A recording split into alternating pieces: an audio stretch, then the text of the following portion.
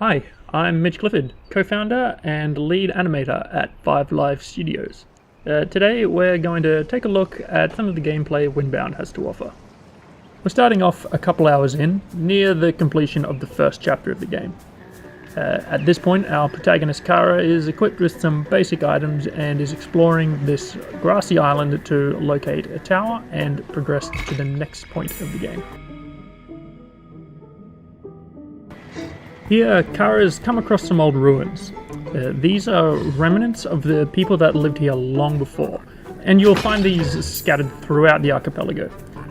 You can explore them and gather different materials like these sea shards, and they can be used to upgrade Kara's skills later on. Right now we're a little better equipped, so we'll go ahead and take a proper look around. It's important to stay alert while you're exploring. You'll notice a few of the creatures that live on this island are currently nearby.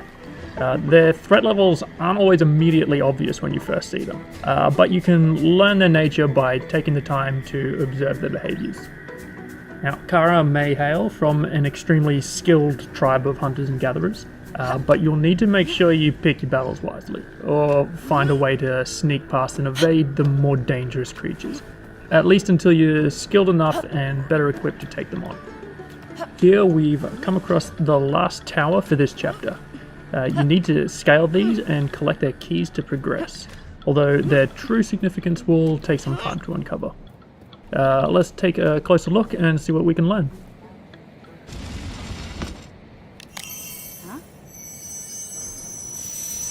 You'll notice that Kara's amulet that she wears has a special connection to the towers and to other areas of the archipelago. The towers also act as a great vantage point for the island that you're currently on. They can help you get a view and make up your mind as to what you might do next. Now, what's different with Windbound as compared to a lot of other survival games is how it encourages you to keep moving forward rather than settling in one location. Because food and other resources are effectively finite on a given island, it's important to take a moment when you're deciding your next move. Because the islands are procedurally generated, the layout and the resources you'll find are never experienced quite the same way twice.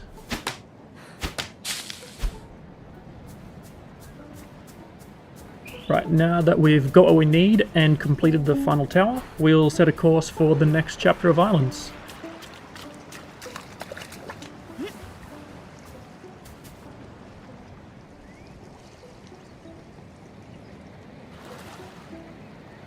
We're headed for that yellow beacon in the distance. Your boat is your most important companion in Windbound. Crafting is modular and varied, and your choices will have an impact on the way you sail and survive at sea.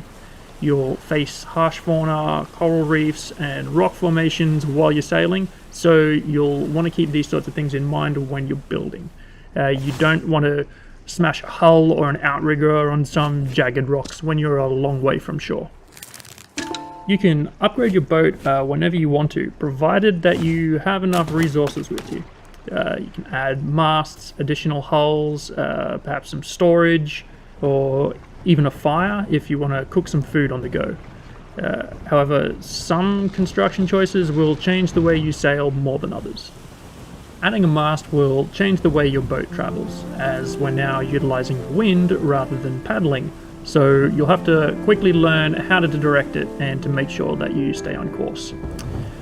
So now in this situation, the wind is blowing in the complete opposite direction to where we're headed. But that doesn't mean that we can't get there. Here we can go ahead and tighten the sails all the way so that they're sitting directly in line with the hull. You still can't go directly into the wind, but now you can do what's called tacking. That's a sort of zigzagging motion that'll keep you moving forward until the winds become a bit more favorable.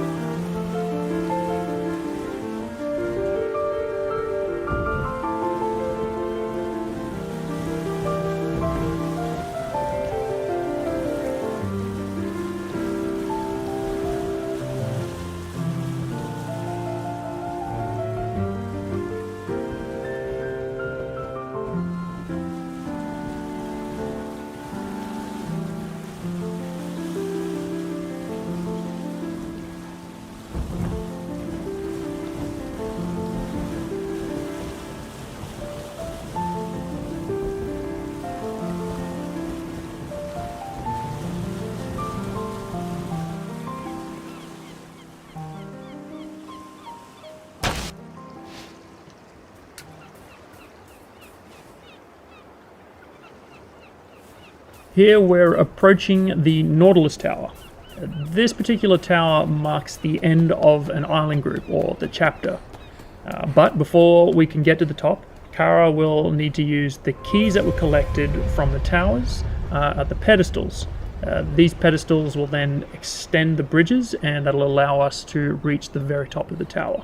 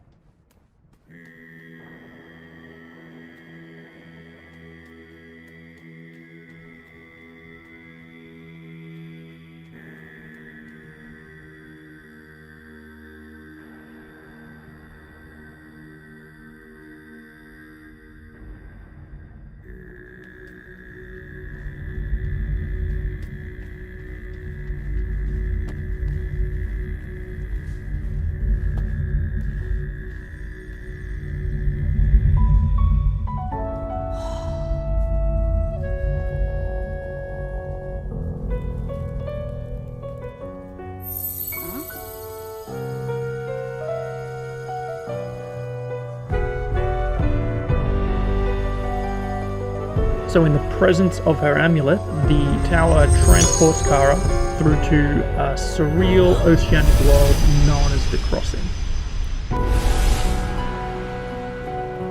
Kara finds herself here surrounded by old murals. They're restored one at a time, slowly uncovering the history of the archipelago and the people who used to live there.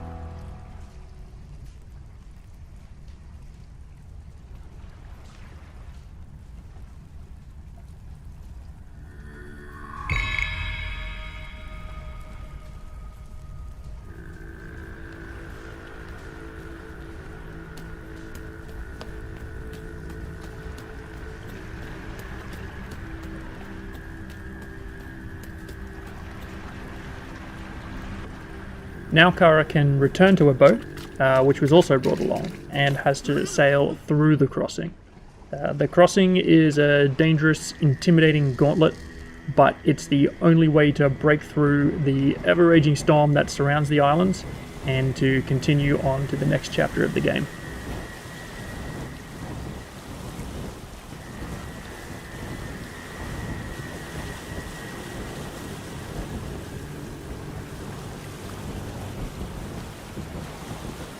So here is the first glimpse of the mystical presence that lies beneath the sea here. It's called the Nautilus, but that's about as much as I can share here, as we really want players to uncover the story for themselves as they play through Windbound.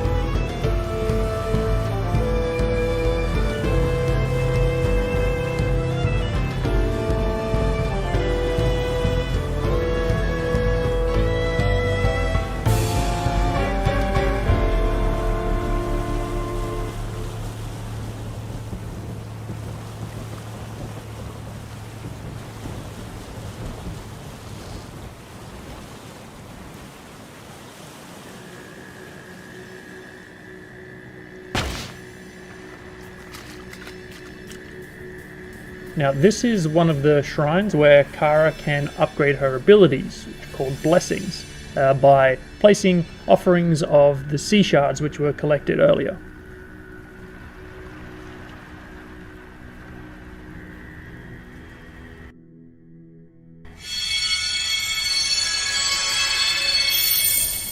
These offering shrines are only available if you reach the end of the crossing.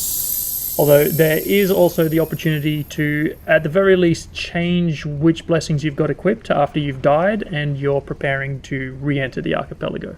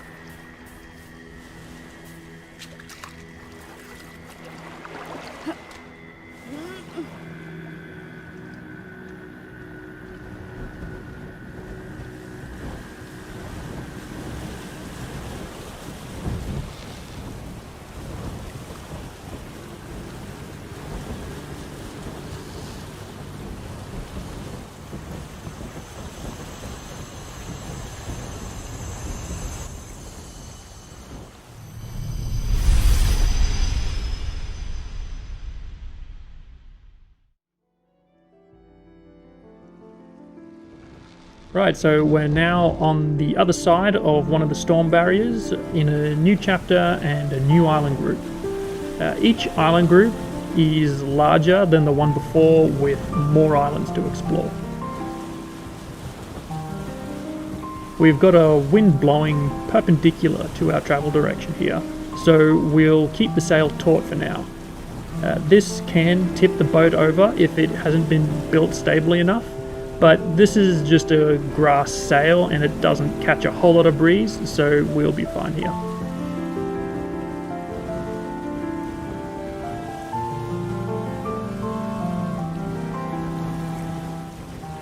A new island group means new resources, new creatures, and challenges to get to grips with. Now, we appear to be on a rocky bamboo island, so first things first, we'll ensure that we're prepared for this new area with a quick check of the inventory. A simple grass sling will be handy here, since it'll let us make use of all the rocks that are scattered about and use them as projectiles. It's pretty effective as long as you manage to hit something.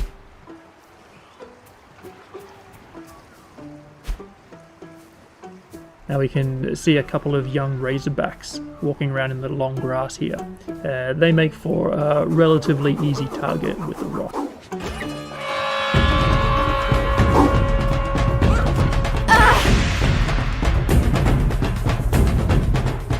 Make sure you keep in mind that where there are young razorbacks, Mum is not usually far away. She doesn't take kindly to threats to her family, and she doesn't go down without a fight.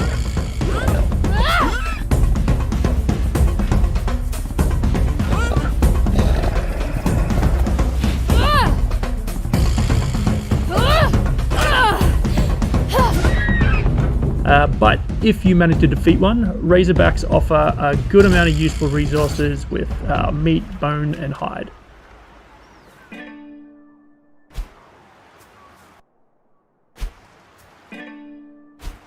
Now you are able to go ahead and eat raw meat if you're in a pinch, but you won't actually recover any health. All that'll do is keep your hunger at bay. So if you can, you're always better off making a fire if you don't already have one, putting it on to cook and making sure you get the most out of your hunt. Right, now meat will take a little while to cook, so we'll go ahead, explore this island a bit and see if we can gather some resources while we wait.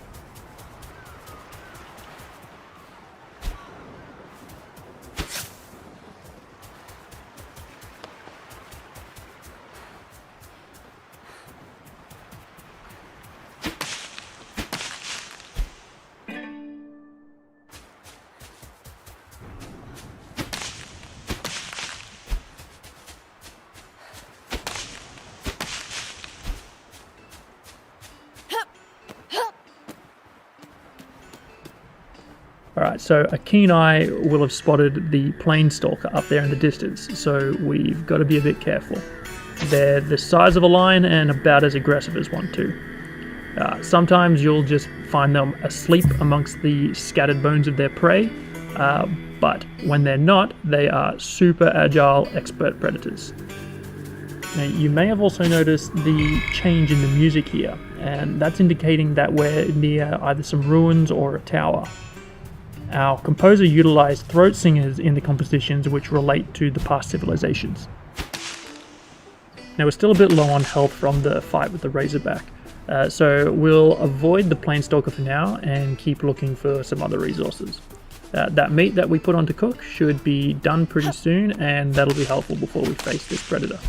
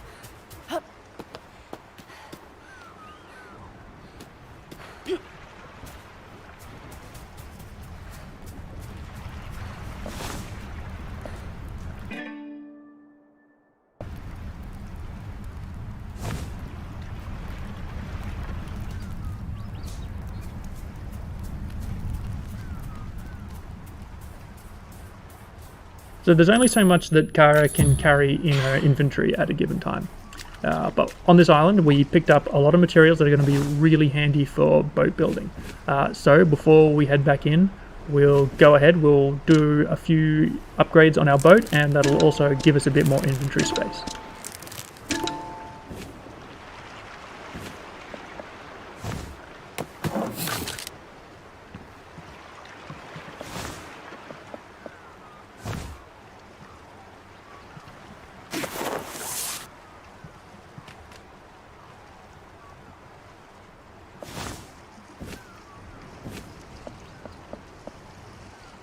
Alright, so we're in pretty good shape now, so we should hopefully be able to take on that Planestalker.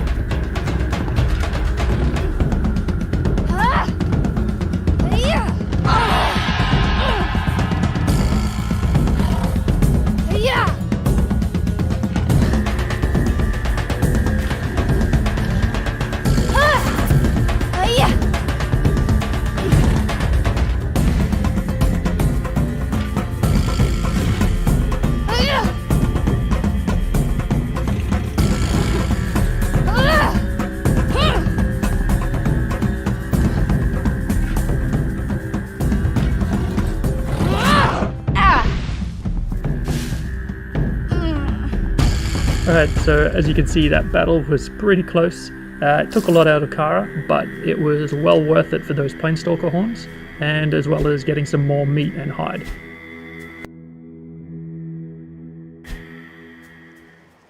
Thank you very much for watching. That's all we've got for today, but you can stay up to date on windboundgame.com, and please go ahead and follow us on social media at windboundgame.